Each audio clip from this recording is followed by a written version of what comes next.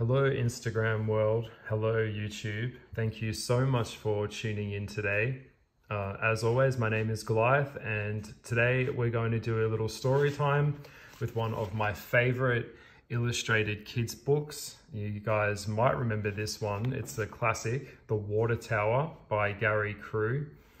And I thought I would share it with you guys and give my thoughts and feelings on it. It is quite an interesting and complicated book, so I hope that you enjoy it. If you're not familiar with this story, then it could be interesting to see what your thoughts are on it.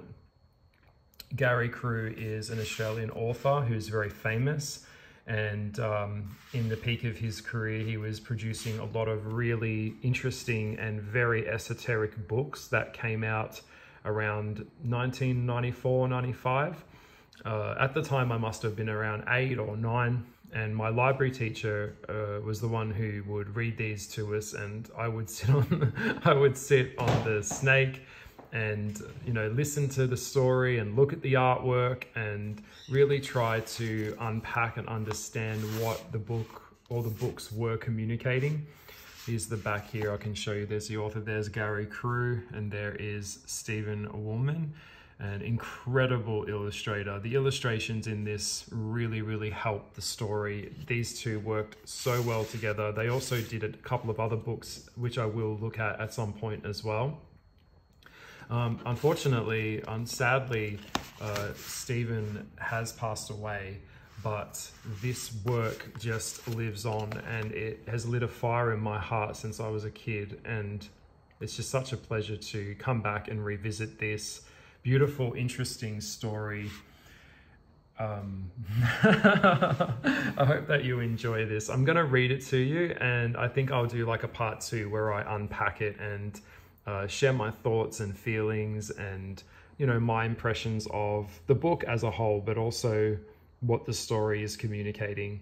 We see the cover here, it's quite ominous, and we see a very reminiscent structure here in the egg shape with this crop symbol.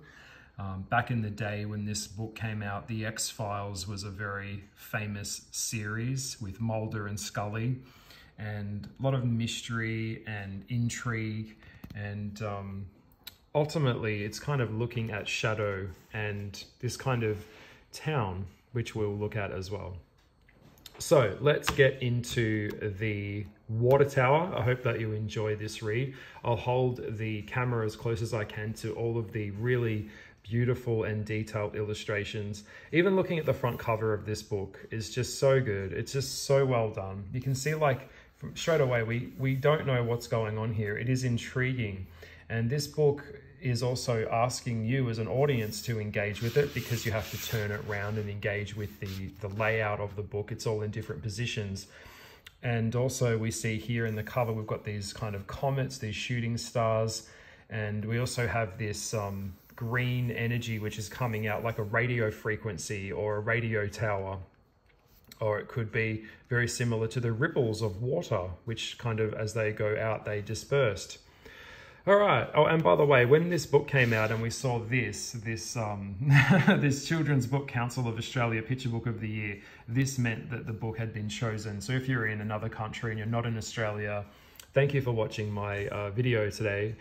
But that's what this symbol, this sticker here means. And if that was the case, then it was probably, it goes without saying that we would be doing some kind of class project on it, or we would be taking it for further study, and I remember we did. So let's get into The Water Tower by Grrr and Stephen Woolman. You can see this book's got lots of fingerprints on it. It's been loved, loved to death. Okay, let's have a look. I'll get you nice and close. No one in Preston could remember when the water tower was built or who had built it, but there it stood on Shooter's Hill, its iron legs rusted, its egg-shaped tank warped and leaking, casting a long dark shadow across the valley, across Preston itself.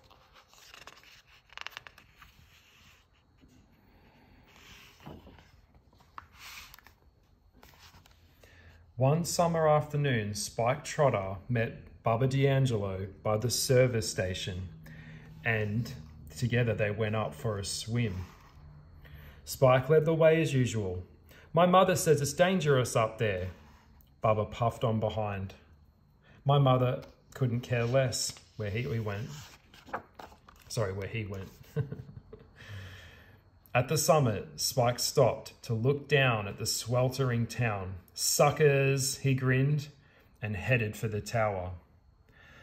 Last summer, a security fence had kept trespassers out, but now the metal posts were twisted and flattened, and barbed wire lay coiled on the ground.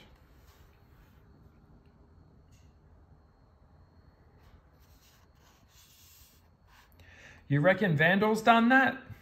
Recovering his breath, asked Bubba. But Spikewood had already headed to the top. Hurry up, he yelled, throwing down the access hatch. It's scorching up here. He pulled his shirt over his head, dropped his shorts, and clambered down into the tank.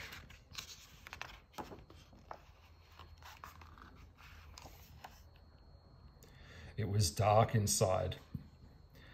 The dark's got a sort of colour, Bubba said, squatting over the bottom rung of the ladder. It's sort of green, like moss, like slimy dead moss. Spike didn't even answer, except for the ghostly wailing as he kept coming up for breath, hearing the echoes. He might not have even been there at all. Spike, Bubba yelled. Spikey? Still no answer. So Bubba whistled for a while, and then splashed a bit, but only to keep his knees from trembling. He didn't particularly like the water. He wasn't too keen on slipping down naked either. It's too murky and dark, and from time to time he glanced up at the shaft of light angling in from the top of the hatch, imagining.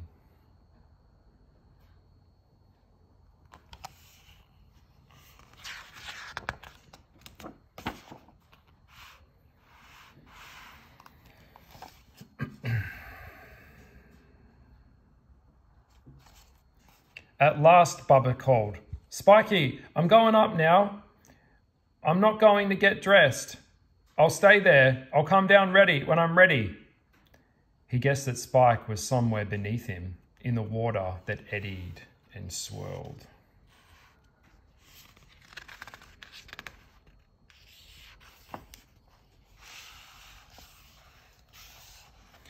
Bubba stepped on top of the roof of the tank. The wind was hot. The glare was terrible. Blinking and squinting, he looked about for his towel. It had blown out of the far side of the tank and hung there, caught on the head of a valve. Maybe I should have stayed down, he muttered to himself. Tiptoeing across the burning metal with a warped towel around him, he looked for his clothes. Spikes were there, wedged beneath the hatch, and he saw his shirt flapping at the top of the ladder. But where were his shorts? He turned around, dropping his hands onto his hands and knees, and he crept to the side of the tank, yelping with each movement. As the burning surface seared, he peered over the side. Nothing. He made his way back to the hatch, calling, Hey, are my pants down there?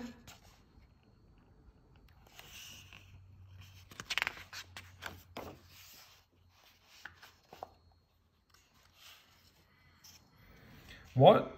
Came the response. He repeated the question, then waited, standing on his crumpled shirt, keeping his towel tightly around him. Spike's dripping head suddenly appeared. Nope, he spluttered. Nothing's down here but water. And then he pulled himself free of the dark. Bubba looked about him again. They've blown down away, he said. That's what happened, I bet. They blew away. Spike laughed. Doesn't matter, he said, shaking himself and reaching for his clothes. You've got your towel. Go home in that. Bubba shook his head.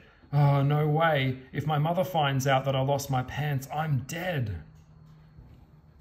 They looked at each other. They knew that this was true. Mama D'Angelo could land a wallop like no one else in town.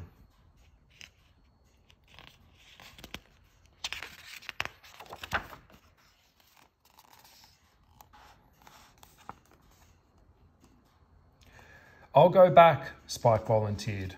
I'll run the whole way. I'll sneak through your bedroom window and get another pair. Top drawer on the dresser, right? Bubba nodded. I'll wait here. I'll get back down, out of the sun. Will you?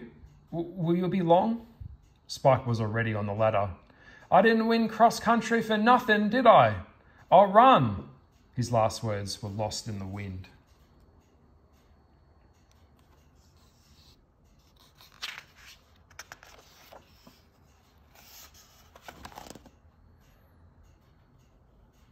Bubba climbed into the tank.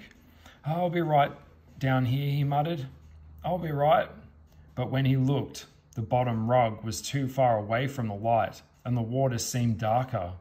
So he stopped halfway and waited. The tank creaked and groaned. That's the heat, he reasoned. The heat expanding the metal.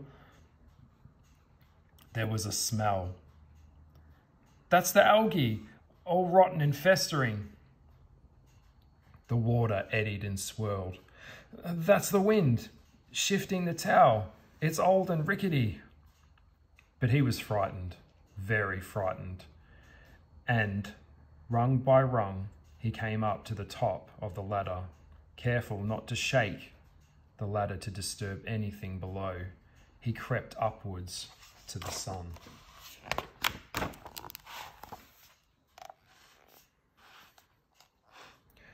When Bubba reached the top, he lifted himself out and squatted a moment, catching his breath, calming his heart. I'll get off this stupid thing, he said. I'll go and wait in the bushes.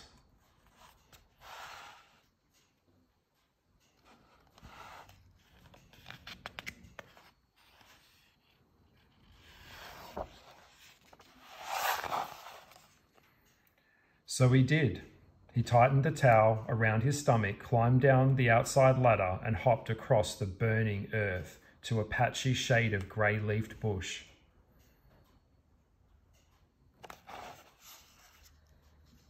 I'll be safer here, he thought. From what exactly, he could not imagine.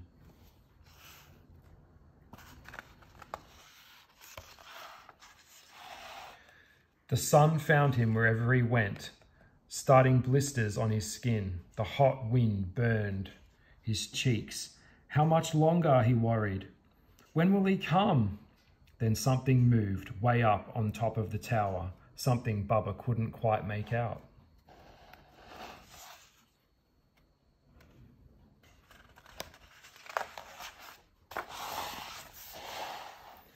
Spike, Bubba called. Is that you? No answer. Spike, he whispered. Getting up, Spiky.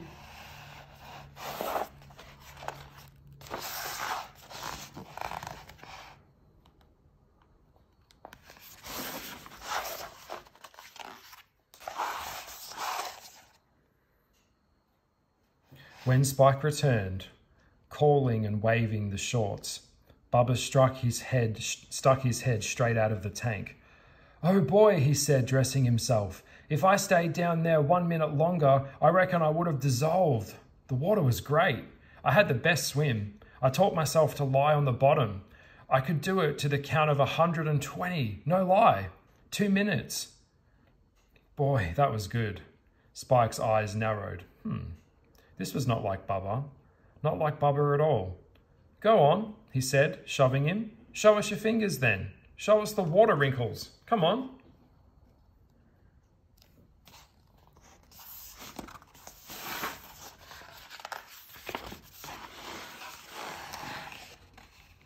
Bubba turned away. Nah, no time now, he answered. My mother will be worried. You know how she's a warrior she is. She'll be scared of something that it's happened to me, won't she?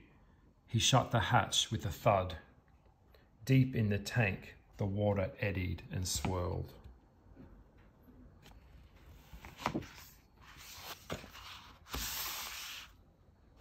That beam of this beam that we see that comes down is very similar, or is showing the beam here to lit up.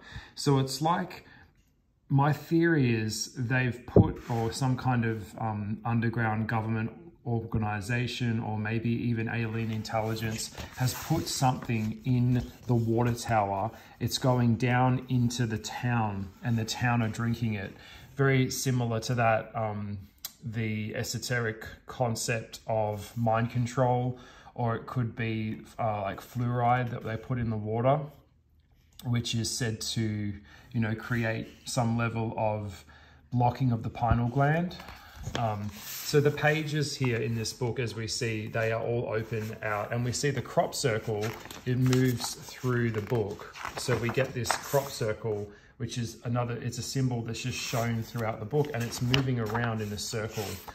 I'm not sure if you guys picked up on that. So we get introduced to these two kids, Bubba and Spike. Bubba, I would say, would be some kind of like ethnic energy there, being like immigrant, or like D'Angelo, could be Italian, don't know. But we see the kids here that are going up to the tower, and there's this kind of like late 60s vibe going on. There's the symbol of the crop single. I'm not sure if you picked it up in the book. And the reflection, like Stephen did a lot of great illustrations showing reflection in the eye. You can see the reflection of the water tower on the hill. And all of these men are also wearing the same clothes, and they all have the crop symbol. So it's like they are in on it. It's like the town is in on something. We see a lot of people in the town all looking up to the water tower, and these two kids are going swimming. I grew up in a country town in Australia, in Victoria, and in summertime, this was what it was like. You know, there wasn't like a lot to do, and you'd either go swimming at the local pool, or you'd go riding your bike around somewhere. It was kind of very feral growing up as a kid in a country town, and you know, your friends are kind of everything, and that's how it is. We also see a lot of what are they called? Radio towers, which we'll look at again. So we see from a distance the tower, and we can see that there's this little like fork, like a pitchfork that's kind of there. We don't know what that is. It's left to our imagination. So off the kids go, we're getting introduced to them. Spike is the leader of the group kind of thing, and he's more into swimming than what Bubba is. Bubba's kind of a little bit scared, and we can see that there was some kind of security fence there, but something's ripped it open, and it's showing us that. It tells us that in the story. This is one of my favorite illustrations. It's hard to get a hold of it with one hand, because this is a paperback finish of the book, and in the hardcover there was no shine, so it's annoying, because I wish that this camera could really show you how unbelievably well done this illustration is. We see the fear on Bubba's face. Spike's down in the water swimming, and then we've got the coils of the water. It's all murky, and they've got these pipes over here. It's very dark, very much about the subconscious mind. And Bubba's like, nope, don't want to do that. Don't want to go down there. He's very scared. He's very cautious. And Spike is in the water swimming. You could just imagine on a really hot day what this would feel like. The color work here is very well. It shows us that it's a hot summer's day. And if you know, like if you're in America now, parts of America are getting very hot. If you're in France, it's a heat wave. And we always see this outside. So it's like the viewpoints of the way it's illustrated is it's outside watching the tower. Someone's watching the tower. You can see that the top of the hatch is open, so it means someone's in there. And then we look into the next page and we see this beautiful page, I'll zoom out here, where we get this view where it's like something's looking underneath the water up at what is happening above. And it's watching Bubba. It's almost like it's selecting him. And he's very trepidatious, and he can feel that there's something under the water, and that's why he doesn't want to go there. All of this slime and algae, it's very like murky, and you could get tangled in it. It looks quite scary. Next page. Bubba comes up looking for his towel, and we see he can't find his clothes. His t-shirt's blown out to the edge, but he can't find his pants. and it's very hot. This is a hot tin, like cat on a hot tin roof, very, very hot. He doesn't want to be in there. He's kind of coaxed in. You can feel that. Comes back to his friend, tells him, look, I'm really worried. I just want to go. Can you go get me my clothes? Spike, of course, is the adventurous one, so he'll go off to go get Bubba's clothes for him. And so the two of them part their ways, and he leaves him on top of the water tower. Bubba is scared, so he willingly, as we can see, climbs back down into the tank to stay out of the heat. But it's like the tank is calling you inwards. Spike runs off, Bubba goes into the tank. Yet again, crop symbol. And here we see the pitchfork thing. It's like, don't know what this is, but it's like getting closer and closer in the illustrations. It's more eminent. As we see this, another great illustration. Bubba is hanging on the edge of the ladder. He doesn't want to go too far down. He's kind of caught. He doesn't want to go to the top where the light is because it's too hot to be up there. Doesn't want to go down into the water because it's scary. This would be scary. Could you imagine being inside of a giant water tower on a hot day and knowing that someone could close the top of the lid and you'd just be stuck in there? Like, that would be terrifying, and no one would know that you're up in there. You'd drown. There'd be no air, there'd be no light. It'd be horrible. This is very dangerous. There's an element of danger here. And we see the murky coiling water. It's all coiling. So we see another great top view. It's like something's coming towards the top of the tower as he's in there. We see the top of the latch. We see yet again the crop symbol. Off runs Spike to go get Bubba's clothes, and we can see that that little figure there is getting closer and closer to the water tower. This is so well done. The pencil work here is beautiful. The town is, you know, prosperous, or something's going on there. Now, this great shot here is all of the people in the town are all looking up at the water tower. They know something's going on to Bubba in the water tower. They're all looking up to see what's going on. And here's that reflection there again of the water tower. These two characters are very sinister here. This face, like, that's scary. That's some scary stuff. As a kid, this used to be quite haunting because I've got quite a good imagination. So I used to like, used to remember like what happened to him. Here we go. There's the symbol on the water, the home water supply system. I'm not sure what that would be called, like a tank that comes from the main tank also has the symbol. It's some kind of like mind control. And there's so many uses of radio signals. And it asks you, why would a small town need all these radio towers? What's going on? We see Bubba and we see the coiling. There's something going on around him. Another great shot. All of the village people or in the town are all looking up, and they all have the crop symbol in their eyes. You see the bottom of their eyes are all lit up. See at the bottom there? Zoom in nice and close so you can see. It's like they've been taken over by some kind of possession. And then Bubba is vulnerable and he's looking up in fear, and we see the shadow going across his face. Perfectly done. This is a great shot where it's coming up really close and we can see the panic and fear in Bubba's face where he is looking, and we see the reflection, the fork or the pitchfork, whatever it is, has gotten closer to him and it's going to do something to him. Something's happening to Bubba. Then we get to the end of the book and we see Bubba has changed and he has the crop symbols in his eyes looking up. This is a very powerful shot actually. And the use of color work here is beautiful, illustrating the tin, the rusty texture of the water tower. And the murkiness of that look on his face. It's like he's possessed. It looks like he's taken over. It's a massive change in his demeanor. He's gone from being a really uncomfortable swimmer, didn't want to go down into the water, to being back in the water tower, and something has changed. Something has a hold on him now, and a complete change of demeanor, saying that he loves swimming and he enjoys it. This was actually a shot that was very familiar to me from the movie The Cell. At the start of the film The Cell, the little boy who comes out of the tree trunk, it's a reference to Moki Loke, where Jennifer Lopez's character says, "No more Moki Loke," and Moki Loke was like the monster inside of him. So there's some kind of monstrous feel here. And the final page there we can see like the worry and confusion, like, are you okay? What's going on with you? And now we look at Bubba. Bubba's face has completely changed. He's like, I'm fine. Everything's fine. I just want to go home. And then we see the crop symbol. I'm not sure if you noticed it there on his hand. He has been taken over.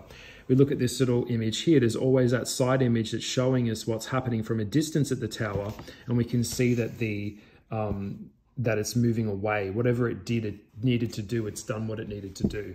The back page here is great. We've got coils, perfect illustration work. The ripple effect of the water is very similar to a radio frequency in a tower. Now, there was a sequel to this book called Beneath the Surface. I'm not sure if it's any good. I have not seen it as yet, but I believe it's about Spike coming back to the town to revisit Preston and to uncover what actually happened to his friend Bubba and what really happened to him when he was in the water tower. There is so much that's just open to interpretation. I love this book. I think it's just an absolute gem. I wouldn't recommend this for a kid probably younger than like 8 or 9. I don't think they'd be able to understand what this book is communicating. But I mean, it is, look at that, look at the tree. Like, there is a gothic feel to this. And to put gothic energy or gothic appeal into something that's very dark and mysterious and ominous into a hot country town, and these colors, it just works. Like, it's just done so, it's so good. And this is a very Australian town, very outback. We've got that blue sky, that red earth feel. I just really enjoy this story. I really enjoy this book. And I love that you have to turn it around into the shape of the crop. It is just a fantastic book. It would be something that I would recommend for kids that are looking for a bit more of a challenge. And the artwork is challenging because there's so much to unpack in the artwork itself that is really asking the viewer to engage with this book. And it's not telling you what it wants you to think it to be. It's opening up and peering into your imagination and giving it kind of coercing you a little bit to engage with this book. It is a great book, and I'm so happy that you guys liked it. I tried to read it as best as I could, but it's hard to turn the bloody page when I'm reading the damn thing. Who cares? Like, it just works.